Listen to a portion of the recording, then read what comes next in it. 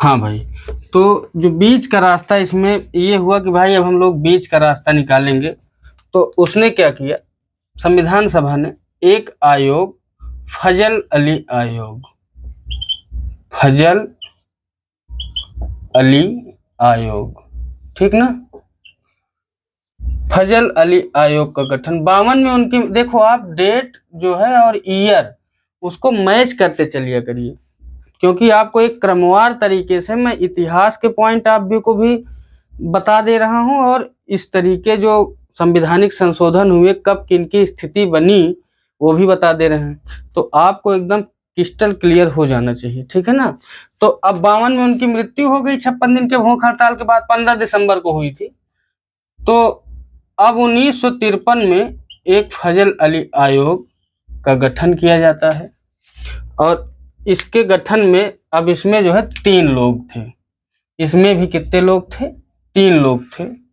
तो अब ये 3 लोग कौन कौन से थे इसमें, इसमें थे, एक तो ये फजल अली खुद ही थे, ठीक है ना, फजल फजल अली थे। फिर दूसरा कौन थे, एच.एन. कुंजरू, कुंजरू कह रहा हूं, कुंजरा नहीं, एच.एन. कुंजरू, और एम.एन. पनिक्कर। कौन थे, पणिक्कर कह दीजिए या पनिक्कर कह दीजिए, कोई बात नहीं, पणिक्कर। तो ये जो है अध्यक्ष थे, ये कौन थे, ये अध्यक्ष थे, ये लोग सदस्य थे, ठीक है ना। अब इसने जो है, इसने जो अपनी रिपोर्ट दिया, अब इसने एक बृहद अध्ययन किया, ठीक है। इसने पूरे भारत में हर एक राज्यों में, हर एक विधानमंडल में, हर एक लोगों से अपने जो है अपनी टीम बनाई इसने, और टीम के माध्यम से जो है वर्क किया, और भारत में इन्होंने ये फाइनली रिपोर्ट दिया 1955 में, ठीक है ना। तो इनकी रिपोर्ट कब आती है, इनकी रिपोर्ट आती है, इनकी रिपोर्ट आती है 55 में, कब आती है, 1955 में, ठीक है ना। अब आप समझ लीजिए, इनकी रिपोर्ट 1955 में आती है, और इन्होंने अपनी रिपोर्ट में जो है 4 चीजें कही, इन्होंने अपनी रिपोर्ट में 4 चीजें कही। इन्होंने कहा, और दूसरा राग इन्होंने अलापा, इन्होंने कहा कि जो है भारत में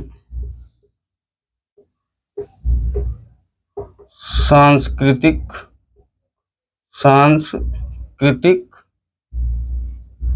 एक रूपता हो, मतलब जो राज्यों का गठन हो वो किसके आधार पे हो, कि भारत में सांस्कृतिक एक रूपता हो, भारत की एकता, अखंडता सुनिश्चित हो, ठीक ना, क्या हो, एकता और अखंडता सुनिश्चित हो। फिर तीसरा इन्होंने क्या कहा, इन्होंने कहा कि जो है भौगोलिक समीपता भी हो, इन्होंने भी इसमें ये माना कि भौगोलिक समीपता हो, ठीक है ना, समीपता हो।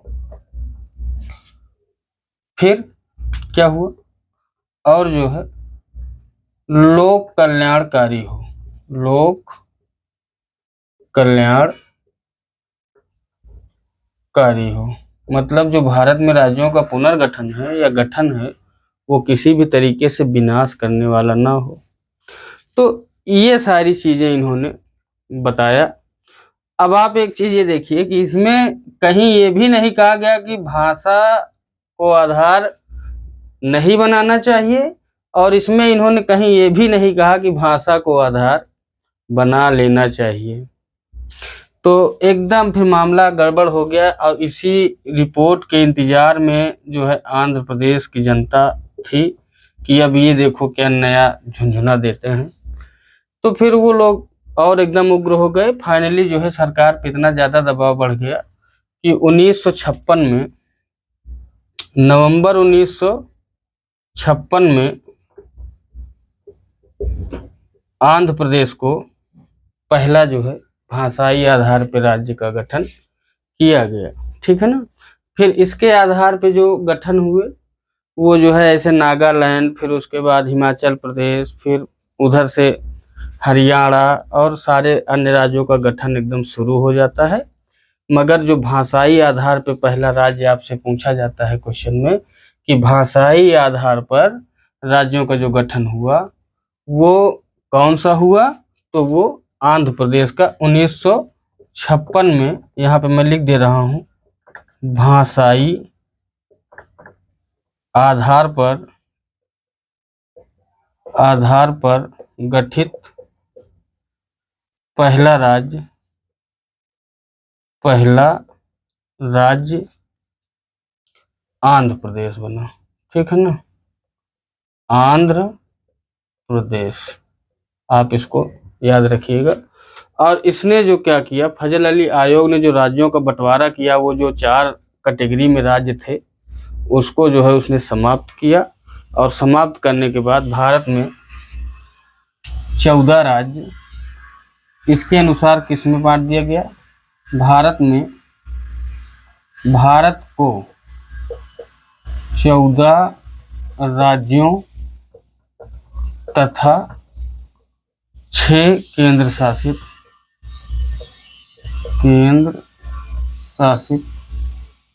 प्रदेशों में बांट दिया।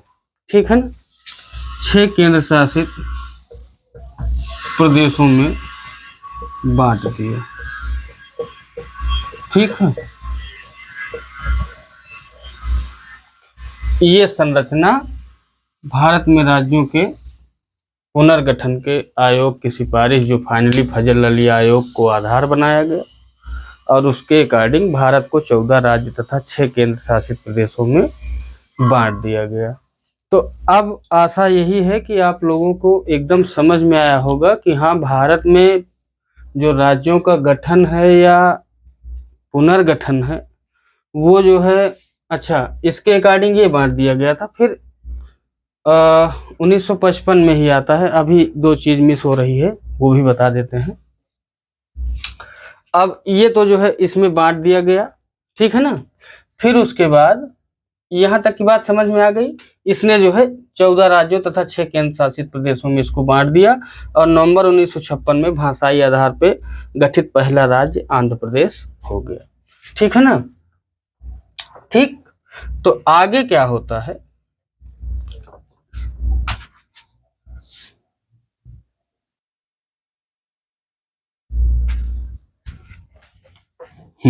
तो आगे क्या होता है, अब हम जहां से बात उठाए थे हम वहीं पे चलते हैं। तो हमने कहा कि जो भारत का अनुच्छेद 3 है उसमें 2 संविधान संशोधन भी किए गए हैं। तो 2 संविधान संशोधन वो कौन से थे और किस लिए हुए थे, उसी का बेस बनाने के लिए हम लोगों ने यहाँ तक की कहानी पढ़ा। तो जब फजल अली आयोग ने, आपने देखा कि फजल अली आयोग ने 1955 में रिपोर्ट दिया। ठीक है ना, रिपोर्ट दिया। किसने दिया, फजल अली आयोग ने। किसने दिया, फजल अली आयोग। ठीक है ना। तो हमने आपको बताया था आर्टिकल 2, क्या बताया था, आर्टिकल 3 हमने बताया था आपको कि संसद है ना। हमने क्या पढ़ाया था आपको, हमने बताया था कि संसद भारत संघ के राज्यों, ठीक, तथा भारत संघ के राज्यों के नाम, सीमा आदि में परिवर्तन कर सकती है।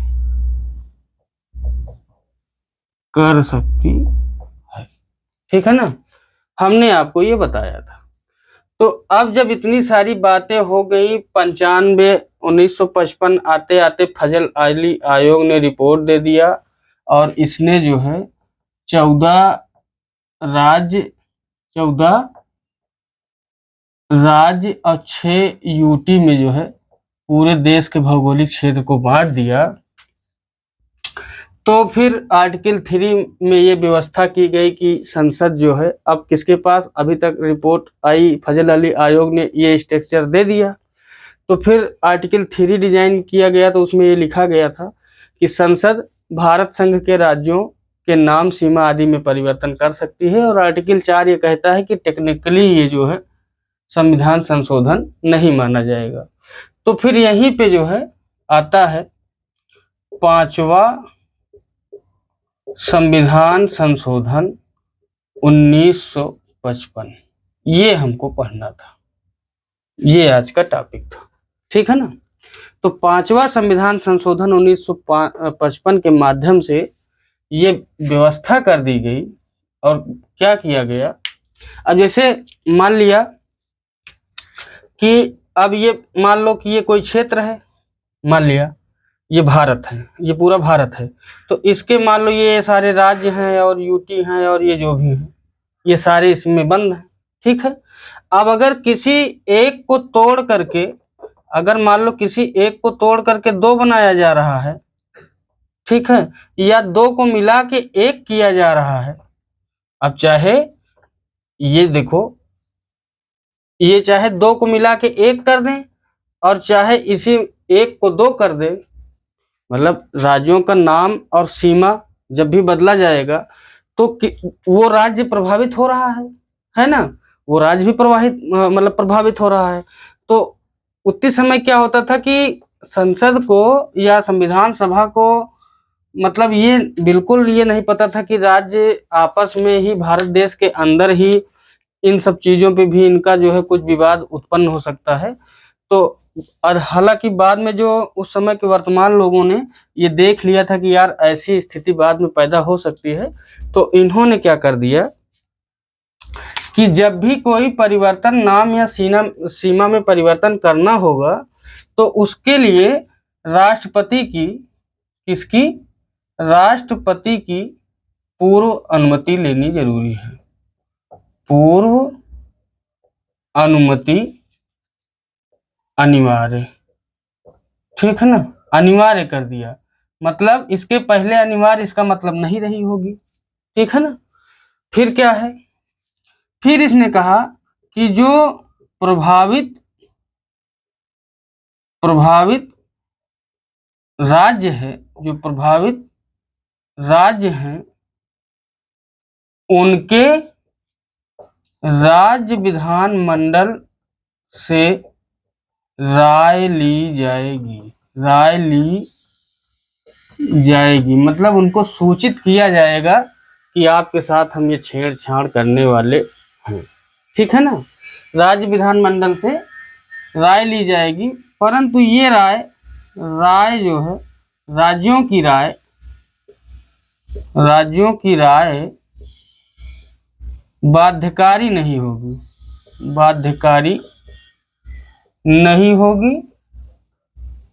होगी और एक समय सीमा में जो है, ऐसा नहीं है कि आपसे राय मांगा गया है तो आप 10 साल 20 साल कुछ जो है राय ही न दें। तो समय सीमा तय कर दी गई,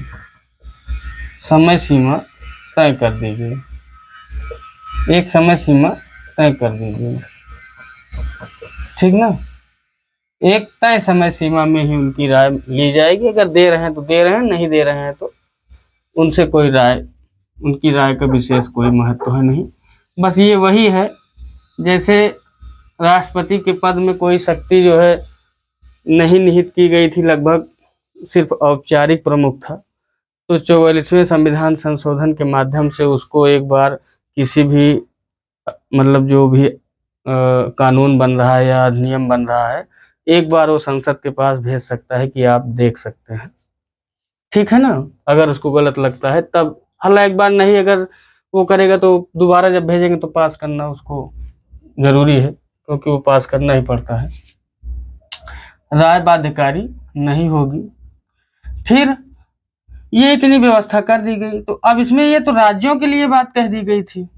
अब यूटी का क्या करें, तो यूटी के लिए भी यही सब लागू था, मगर जो है फिर बाद में क्या होता है कि बाद में जो है एक संविधान संशोधन किया जाता है, 18वां CAA कॉन्स्टिट्यूशन अमेंडमेंट एक्ट 1967, ठीक है ना।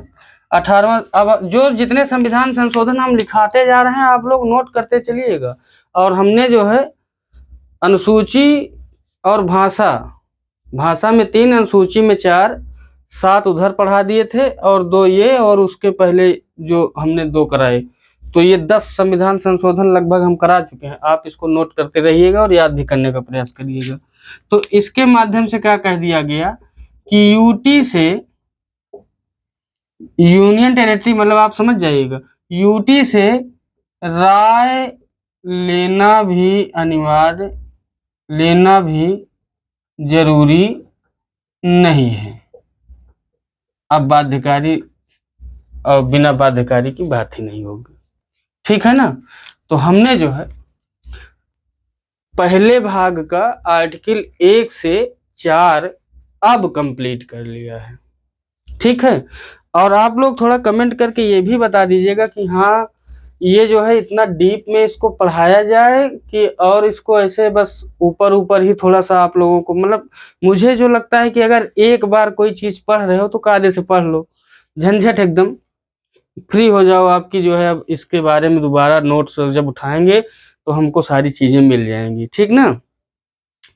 तो जो है हमने क्या किया कि 1 से लेकर के 4 अनुच्छेद जो थे भाग 1 में उनको इंट्रोड्यूस करा दिया पहली क्लास में, और ये दूसरी क्लास हमने लिया जो हमने 1955 फजल अली आयोग के समय और 1947 तक राज्यों, क्योंकि भाग 3 में राज्यों के नाम सीमा आदि परिवर्तन पे बात की जा रही थी, राज्यों के नाम सीमा आदि में परिवर्तन की बात की जा रही थी।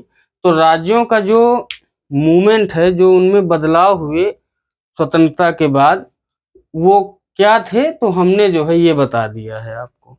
और वर्तमान स्थिति आप जान रहे हैं कि भारत में वर्तमान स्थिति जो है वो भारत में 28 राज्य और 8 केंद्र शासित प्रदेश, ठीक है ना।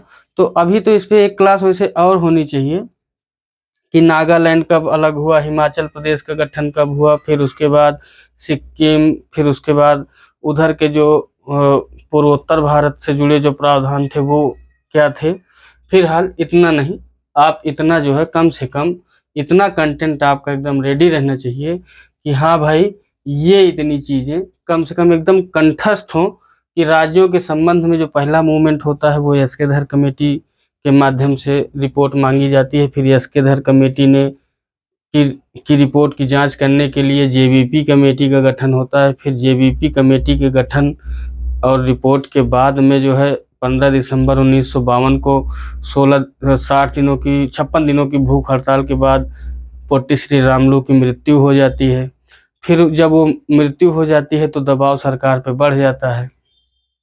फिर जो है उसने एक फजल अली आयोग का गठन किया और फजल अली आयोग ने 1955 में अपनी रिपोर्ट दी, और रिपोर्ट में जो है उन्होंने 4 आधार बताए। प्रशासनिक दक्षता के साथ साथ उन्होंने भौगोलिक समीपता और सांस्कृतिक एकता और अखंडता जैसे मानक रखे। और उसके बाद जो है उन्होंने फाइनली जो है भारत के 29 क्षेत्रों को 14 राज्य और 6 केंद्र शासित प्रदेशों में बांट दिया।